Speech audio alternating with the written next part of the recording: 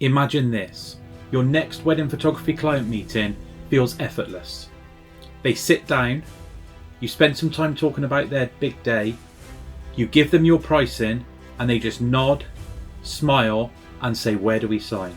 No haggling, no awkward silence, and no worrying that you're not charging enough or that you're charging too much. Now, doesn't that sound like a dream? Well, it doesn't have to be. Today, I'm unlocking the secrets to client communications that build trust and strategies that ensure that you're always fairly compensated for the fabulous wedding photographer that you are. And stick with me to the end, because we'll cover everything from first consultations to handling objections.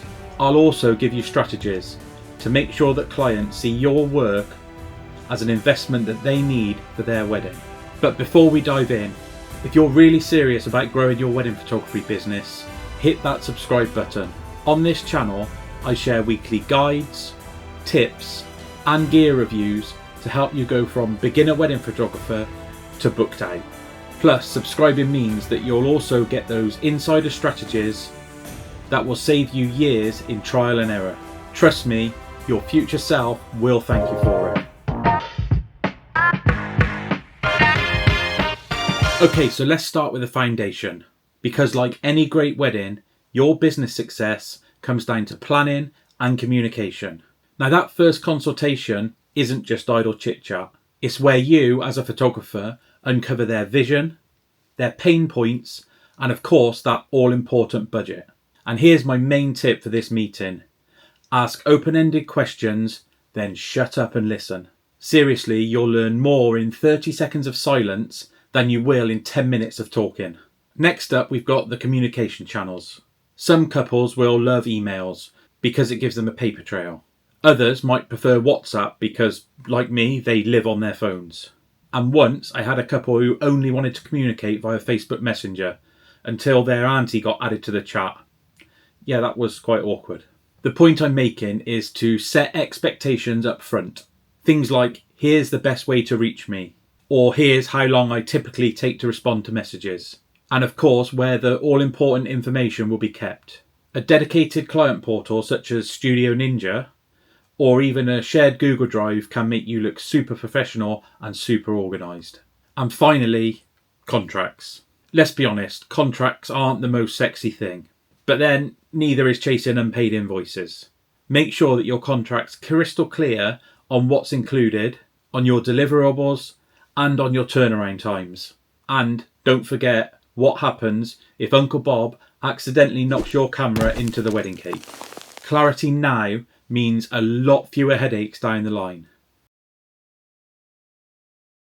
Now let's talk about something that I think photographers don't get enough credit for, and that is active listening.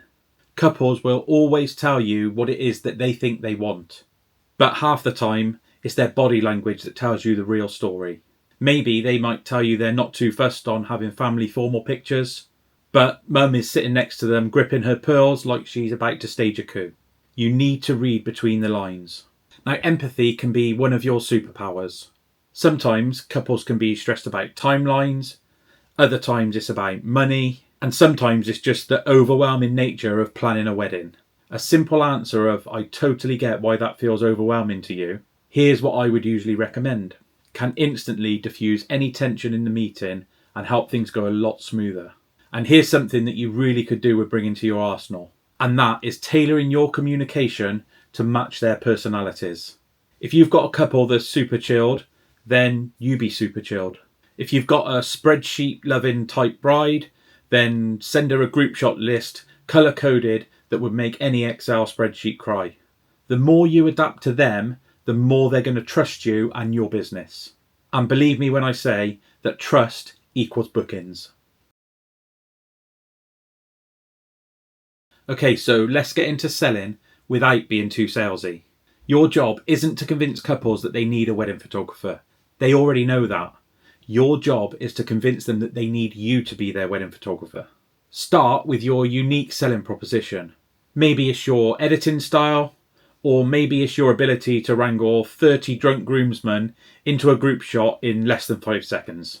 Or the main one I find with most couples is if you've shot at their venue over 20 times, say, then let them know that, because it's going to take a pressure off of their mind that you already know the venue and where to take the best shots. Next, you need to use benefit-driven language. Don't just say to a couple, well, you're going to get 8 hours of coverage and 500 pictures. It's a little bit impersonal, don't you think? Maybe try this, because I can guarantee it sounds a lot better to them.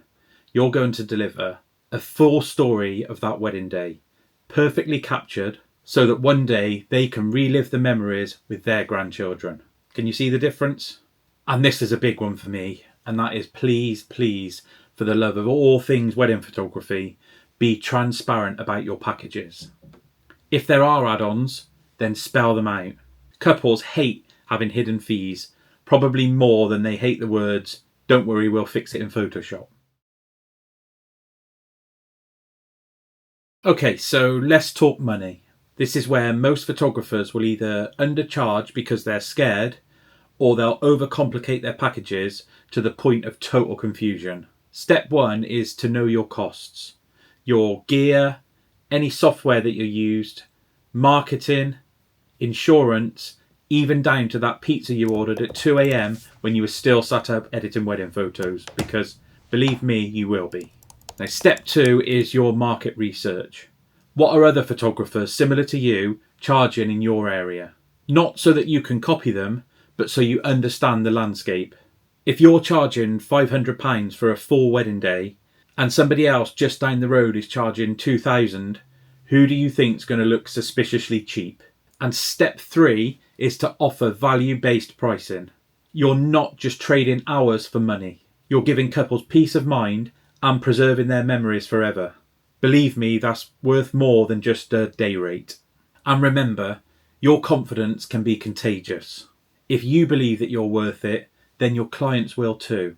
If you deliver your pricing like you're apologising for it, then guess what? Your clients will treat it like it's something that's negotiable. So you've had your meeting, you've shared your pricing, and now it's all about sealing the deal. And first things first is always follow up with a personalised summary. A quick email saying something like, "Hey Sarah and Tom, it was great chatting to you the other day about your Cotswolds wedding. Here's a quick recap of what we discussed, and these are the next steps if you want to take this forward." It shows great professionalism and that you're invested in their wedding day. Now believe me, objections will happen. Some couples will say, well, the cost is a little bit more than what we planned, but don't panic. Acknowledge their concerns and remind them of the value that you're going to deliver, not just the cost. Sometimes it might be worth offering a flexible payment schedule to the couple if that's something that can seal the deal. Happy clients are like walking, talking advertising boards. They love to tell people who shot their wedding and where they found you. Encourage them to refer you to their friends, to their families, and even their engaged co-workers.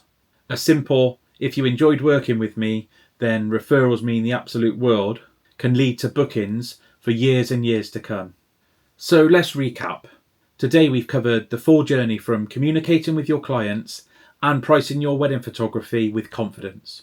We've talked about setting clear expectations from the start, listening and responding with empathy, creating irresistible value-based propositions, pricing yourself based on your true worth, and finally sealing the deal with a strong follow-up and future growth. If you put these strategies into place, not only will you book more weddings, you'll book the right weddings with clients who value you and are happy to pay for your work. So if you find this video helpful, can you do me a favour? Hit the like button, drop me a comment with your biggest takeaway or any other tips that you think somebody else might find useful. And of course, hit the subscribe button so you don't miss any of my weekly tips, guides, or gear review videos. Thanks so much again for watching the video to the end, and I'll see you in the next one.